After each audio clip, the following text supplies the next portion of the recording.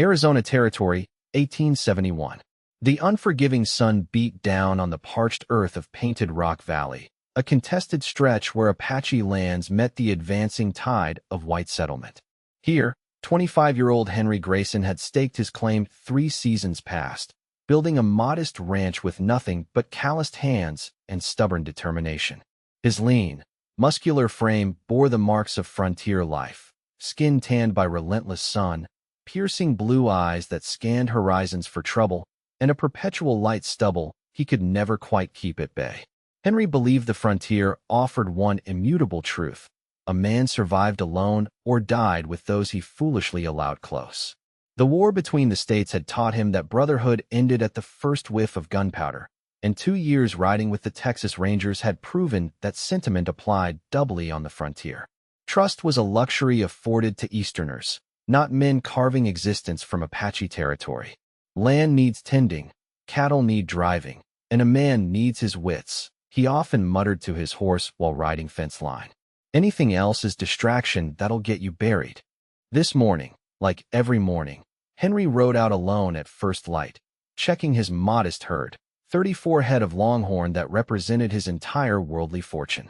The cattle were thin but healthy, grazing on scrub grass near the creek that made his ranch viable where others had failed. He was proud of what he'd built: a solid cabin, a small barn, and fences that kept his stock from wandering into Apache hunting grounds. What Henry didn't acknowledge, even to himself during lonesome nights when coyotes howled in distant arroyos, was how the silence of his cabin pressed in like a physical weight, how the endless expanse of his land sometimes felt like a prison rather than freedom.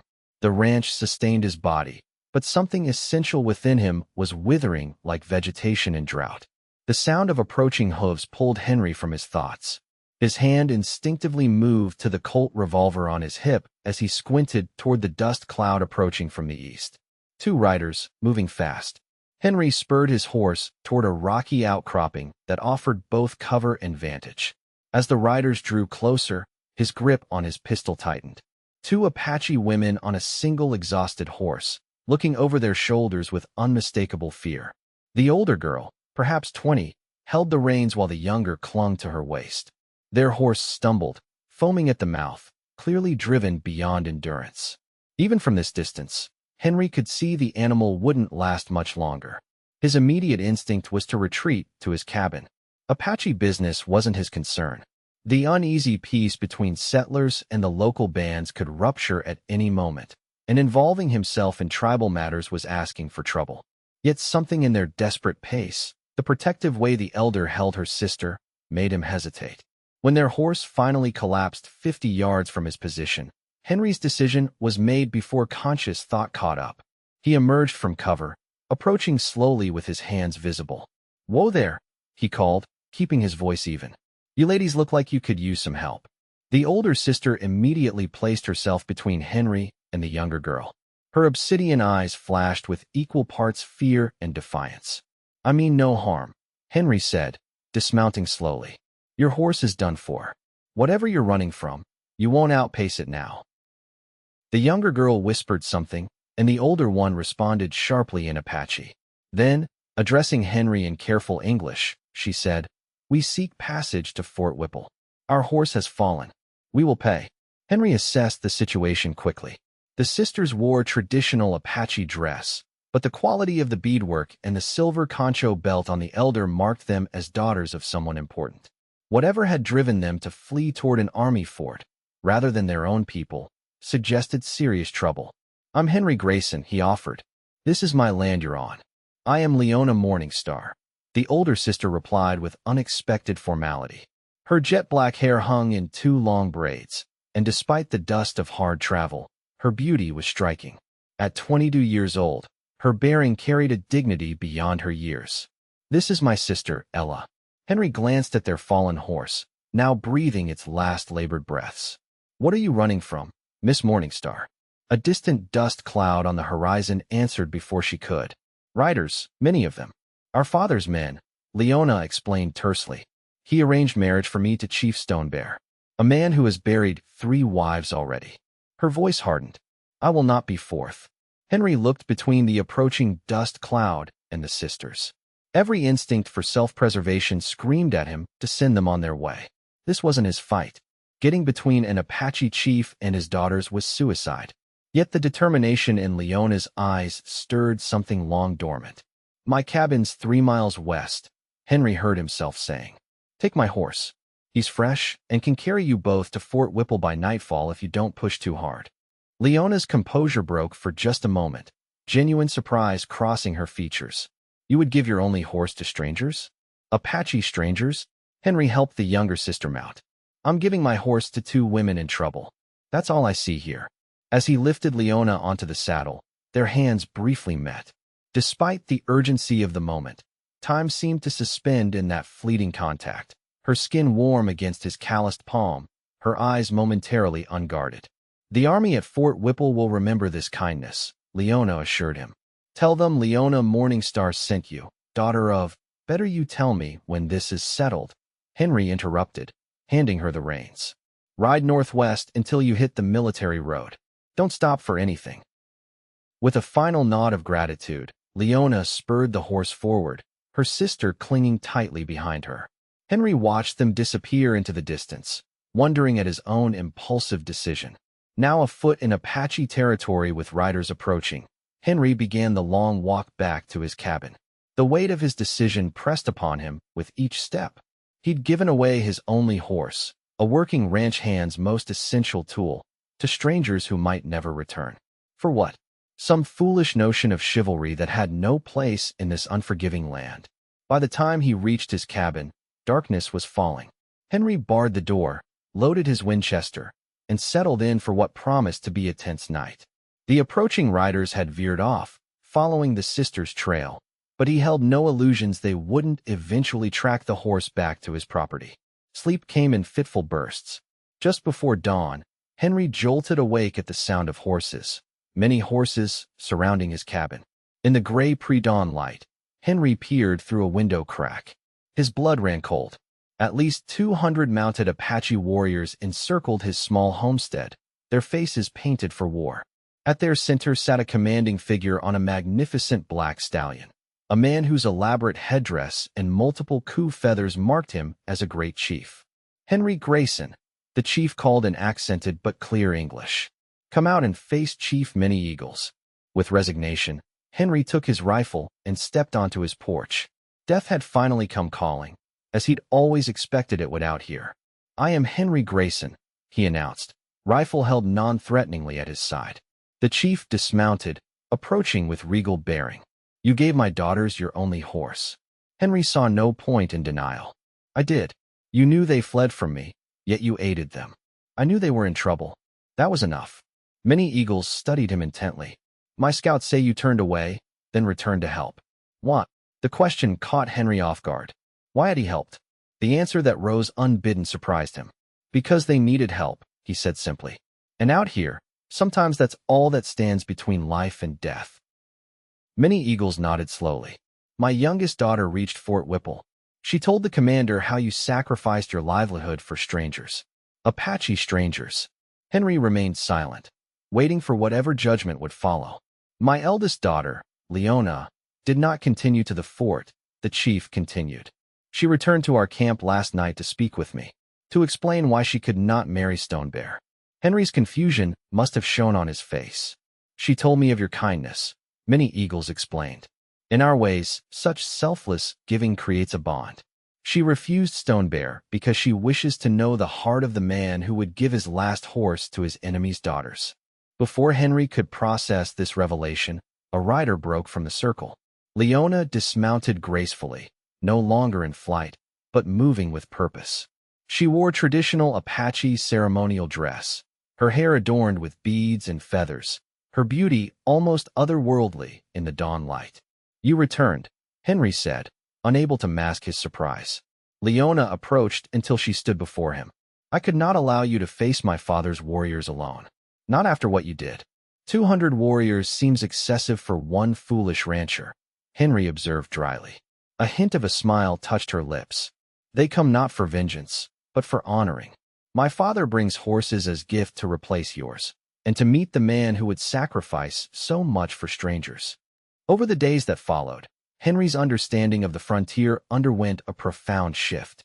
Many eagles did not leave immediately, instead making camp nearby while Henry and Leona cautiously circled each other's worlds. The chief had indeed brought horses, 10 fine mustangs that would form the foundation of a superior herd. "Why would your father give me these horses?"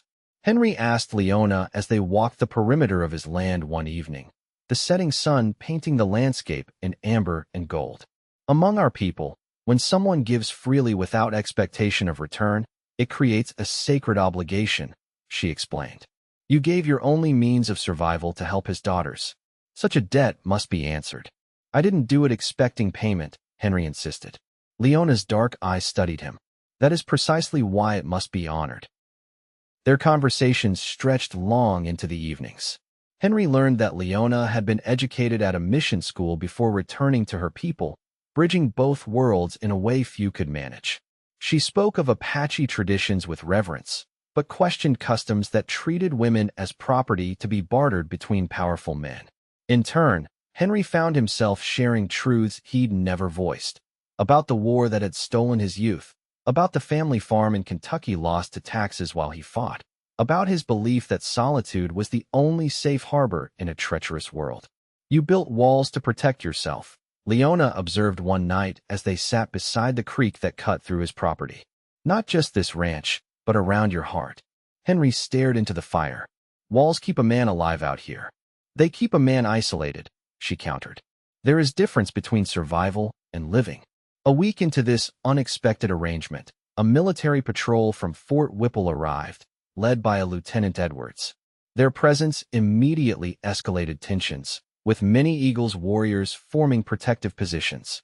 "We received word of Apache movement in the area," the lieutenant explained stiffly. "Particularly around your ranch, Grayson. Chief Many Eagles and his people are here as my guests," Henry said firmly, positioning himself between the soldiers and the Apache camp. The lieutenant's eyes narrowed. "Is that so? And the chief's daughter? We heard she was fleeing an arranged marriage. Is she being held here against her will?" Before Henry could respond, Leona stepped forward. "I remain by choice, Lieutenant," she stated clearly. "My father and I have come to an understanding. There will be no forced marriage." The officer looked between them skeptically. "Fraternizing with the Apache is a dangerous game, Grayson. When trouble comes, and it will, don't expect the army to distinguish between you and them." After the patrol departed, an uncomfortable reality settled over the ranch. Henry's simple act of kindness had placed him in the crosshairs of both worlds, distrusted by settlers for harboring Apache, and viewed with suspicion by many in Many Eagles' band for capturing their chief's daughter's attention. Yet as summer ripened toward fall, something else grew alongside the tension. Henry found himself looking forward to Leona's daily visits, their conversations stretching longer as they shared stories of their vastly different upbringings. She brought laughter to his lonely cabin, challenged his resigned cynicism, and gradually, the walls he'd built began to develop hairline fractures. One evening, as they returned from checking his expanding herd, a summer thunderstorm caught them miles from shelter. They took refuge in a shallow cave as lightning split the sky and thunder rattled the earth. "In our stories," Leona said, huddled beside him as rain pounded outside, "thunder is the voice of powerful spirits who shake the world." Henry nodded, acutely aware of her proximity. "My pa used to say it was just God moving his furniture around." They laughed together, and in that moment of shared warmth amid nature's fury, something shifted between them. When their laughter faded, the silence that followed carried a new tension, not of danger, but of possibility. "Why did you really help us that day?" Leona asked softly. "The truth this time." Henry looked into her eyes, seeing a reflection of his own loneliness. "Because when I saw you protecting your sister, I remembered there are things worth fighting for beyond mere survival. I'd forgotten that." With gentle hesitation, Leona reached out, her fingertips brushing his jaw. "And what do you fight for now, Henry Grayson?" The question hung between them, loaded with meaning neither dared fully express. Before he could answer, a distant gunshot echoed through the storm. They raced back toward the ranch to find chaos unfolding. Stone Bear, the rejected suitor, had arrived with 20 warriors, demanding Leona be returned to him. Many Eagles stood firm in refusal, both sides bristling with weapons drawn. "This white man has bewitched my daughter," Many Eagles was saying as Henry and Leona approached. "She refuses a strong Apache husband to spend time with a solitary rancher." Stone Bear, a massive man with a face scarred from countless battles, spat on the ground. "She was promised to me. I have paid the bride price. She belongs with her people, not with a white settler." Henry moved to speak, but Leona stepped forward instead. "I belong to myself," she declared, her voice carrying across the tense gathering. "Not to Stone Bear, not to any man who would claim ownership without earning trust." Stone Bear's face darkened with rage. "This is women's foolishness. Many Eagles, control your daughter or I will consider this an insult requiring blood." The confrontation escalated rapidly. Stone Bear's warriors advanced menacingly, while Many Eagles' men formed a protective circle. Caught in the middle, Henry realized this powder keg would explode at the slightest spark, and he and Leona stood at its center. What happened next occurred with frightening speed. Stone Bear, enraged by Leona's defiance, lunged forward to seize her. Henry intervened, blocking his path. The larger man's hand went to his knife, and in the struggle that followed, the blade sank deep into Henry's side. Gunshots erupted as Henry crumpled to the ground, blood spreading across his shirt. Through pain-hazed vision, he saw Leona kneeling beside him, pressing against his wound, her face a mask of determination as warfare erupted around them. "Stay with me," she commanded, her voice the only clarity in his fading consciousness. "Henry Grayson, you will not die today." Darkness claimed him, punctuated by disjointed moments of awareness. Being carried, searing pain as someone tended his wound, Leona's voice speaking in rapid Apache, and finally, blessed unconsciousness. When Henry finally awoke, he lay not in his cabin, but in an Apache healing lodge. The wound in his side had been expertly treated with poultices and bandages. Beside him sat Leona, her face drawn with exhaustion. "You returned to us," she said softly, relief evident in her voice. "3 days you have walked between worlds." Henry struggled to sit up, wincing at the pain. "Stone Bear." "Dead," she answered simply. "When he struck you down, my father's warriors could not be restrained. There was battle, but it ended quickly." Her eyes held his. "6 men died because of us, Henry." The weight of those deaths settled heavily upon him. "I never meant to bring war to your people." "It was not your doing," Leona insisted. "This conflict was brewing long before you gave your horse to 2 sisters in need." Stone Bear's pride could not accept my refusal. Sooner or later, blood would have been spilled. As Henry recovered over the following weeks, a fundamental shift occurred in the relationship between his small ranch and Many Eagles' band. The chief, impressed by Henry's willingness to defend Leona at risk of his own life, extended an unprecedented offer: alliance. "My people have washed your ways," Many Eagles told him during a council. "You respect the land, take only what you need, honor your word. These are Apache values." Stone Bear's death has left a void. Some of his followers still speak against my daughter's choice to walk between worlds. We must strengthen our position. The chief's proposal was startling in its simplicity. Henry would marry Leona, uniting their worlds in a bond neither Apache traditionalists nor white settlers could easily challenge. The ranch would become a neutral meeting ground, a place where both peoples could trade fairly and resolve disputes. Yet even as the logic of such an alliance was undeniable, Henry found himself paralyzed by doubt. His feelings for Leona had grown beyond anything he'd ever experienced, but marriage? Creating a life that would forever place them both in the crosshairs of prejudice from both sides? That night, he found Leona at the creek where they'd spent so many evenings in conversation. "Your father has a politician's mind," Henry said, settling beside her on the bank, "transforming a scandal into strategic advantage." Leona smiled sadly. "Is that all you believe this to be? Strategy?" Henry struggled with words that had never come easily to him. "I don't know what this is. I know only that the life you deserve is better than being caught between worlds, neither fully accepted by your people nor by mine." "And what of love?" she asked directly. "Does that factor into your considerations?" The question struck him with physical force. Love, the very concept he'd convinced himself was a luxury the frontier didn't permit. "I've spent years believing that caring for anyone was a weakness I couldn't afford," he admitted. "That the only safe path was solitude. And now, Henry looked at this remarkable woman who had upended every certainty he'd built his life upon.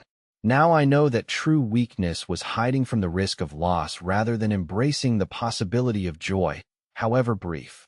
Leona took his hands in hers. Among my people, we do not speak of love as settlers do, with flowery words and promises. We show it through actions. You showed yours when you gave two strangers your only horse. When you stood between me and Stone Bear's knife. That wasn't love, Henry protested weakly. It was the beginning, she interrupted. The seed from which love grows. And it has grown, has it not? Unable to deny this truth any longer, Henry nodded. It has. But your father's proposal, it would make you an outcast among your own people, and settlers will never fully accept you either. Leona's gaze was steady. Perhaps we are meant to build something new. Not fully Apache, not fully white, but a bridge between worlds where others like us might find peace. The winter of 1871 brought change to Painted Rock Valley. Word spread throughout the territory of the unusual alliance formed between Henry Grayson's ranch and Many Eagle's band.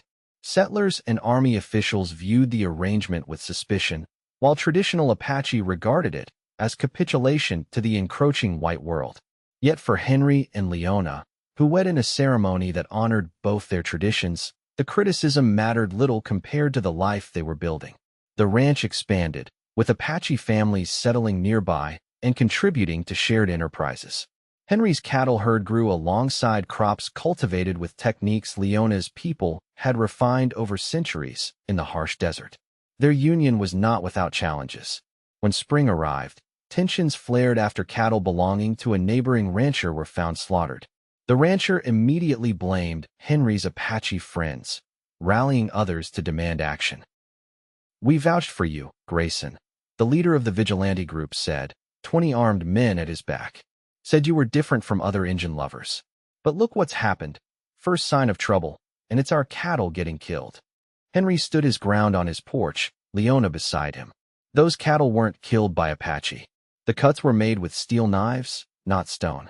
An Apache would have taken the meat, not left it to rot. You calling me a liar? The rancher challenged. I'm saying someone wants to drive a wedge between our communities, Henry replied evenly. And you're playing right into their hands. The confrontation might have turned bloody if not for the timely arrival of Lieutenant Edwards from Fort Whipple. The officer, initially skeptical of Henry's arrangement with Many Eagles, had gradually come to see the strategic value in having a peaceable Apache band buffering the settlement from more hostile groups. Grayson's right, Edwards confirmed after examining the slaughtered cattle. This wasn't Apache work. These animals were killed to provoke exactly this response. Investigation eventually revealed the culprits, a group of mercenaries hired by land speculators who coveted the water rights Henry and the Apache jointly maintained. The speculators had calculated that if conflict erupted between settlers and native people, the army would forcibly relocate the Apache, leaving the land vulnerable to seizure. This conspiracy, once exposed, paradoxically strengthened the alliance Henry and Leona had forged. Settlers who had viewed their marriage with distaste now recognized the value in peaceful coexistence, while Apache who had considered Leona's choice a betrayal saw how her position allowed her to advocate for their interests in ways pure resistance could not. By summer's end, Leona revealed news that cemented their shared future. She was carrying their child. As they sat on their porch watching the sunset paint the valley in gold, Henry marveled at how completely his worldview had transformed. I spent years convinced the frontier was no place for love, he reflected, his hand resting gently on Leona's growing belly. That a man survived alone or died with those he foolishly let close. Leona leaned against his shoulder. And now I understand that surviving alone isn't really surviving at all, he answered. It's just existing. What we've built here, this is living. In the distance, the dust of approaching riders appeared. Many Eagles and his honor guard returning from a council with other Apache bands. The chief had become a regular visitor to the ranch, eager for news of his forthcoming grandchild and bringing gifts for the home his daughter was creating. My father brings more warriors than usual, Leona observed, a hint of concern in her voice. As the riders drew closer, Henry recognized additional figures among them. Settlers from nearby homesteads, riding peacefully alongside the Apache. This unprecedented sight spoke volumes about the gradual, fragile trust being established. Many eagles dismounted first, his weathered face breaking into a rare smile as he approached. "Daughter, son," he greeted them, using the English term for Henry with deliberate respect. "I bring news from both worlds." The settlers and Apache gathered in the yard as the chief explained. The territorial governor had recognized their unique arrangement, granting protected status to the valley as an experimental zone of cooperation. In return, Henry and Leona's community would serve as intermediaries in disputes between white settlers and Apache bands. "They call it the Grayson Accord," one of the settlers added, "first of its kind in the territory." That night, as celebratory fires burned and members of both communities shared food and cautious conversation, Henry found a moment of quiet with Leona beneath the stars. "When I gave my horse to you and your sister," he said, "I thought I was sacrificing everything. I never imagined it was actually the beginning." Leona took his hand and placed it over her heart. The Apache have a saying, "Sometimes you must empty your hands to receive a greater gift." As fall painted the landscape in russet and gold, Henry and Leona welcomed their son into the world. They named him Thomas, after Henry's father, with the Apache name Kichada. Begins a journey, given by many eagles in a ceremony that drew hundreds from both communities. 5 years later, on the anniversary of the day Henry had given his last horse to 2 Apache sisters, he stood on the same spot where that fateful meeting had occurred. The ranch had grown into a prosperous operation, with Apache and white cowhands working side by side. The cabin was now a proper house, and a small settlement had sprung up nearby, neither fully white nor fully Apache, but something new on the frontier. Leona joined him, their son racing ahead to explore with the fearless curiosity of youth. Their daughter, just learning to walk, clung to her mother's skirt. "Do you ever regret it?" Henry asked, choosing this difficult path between worlds.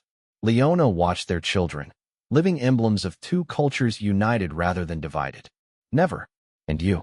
Henry looked out over the valley that had once represented his lonely fortress against a hostile world. Now it teemed with life, connection, and purpose far beyond mere survival. "My only regret is all the years I spent believing the lie that love had no place on the frontier," he answered. When the truth was, love is what transforms the frontier into home. As the sun dipped below the horizon, Henry took Leona's hand and turned toward their house, where lamplight glowed in windows and the sounds of community drifted on the evening breeze. Together, they had proven that even in the harshest places, the human heart's capacity for connection could not only survive but flourish, building bridges where others saw only chasms, and finding in each other the courage to embrace a future neither could have imagined alone.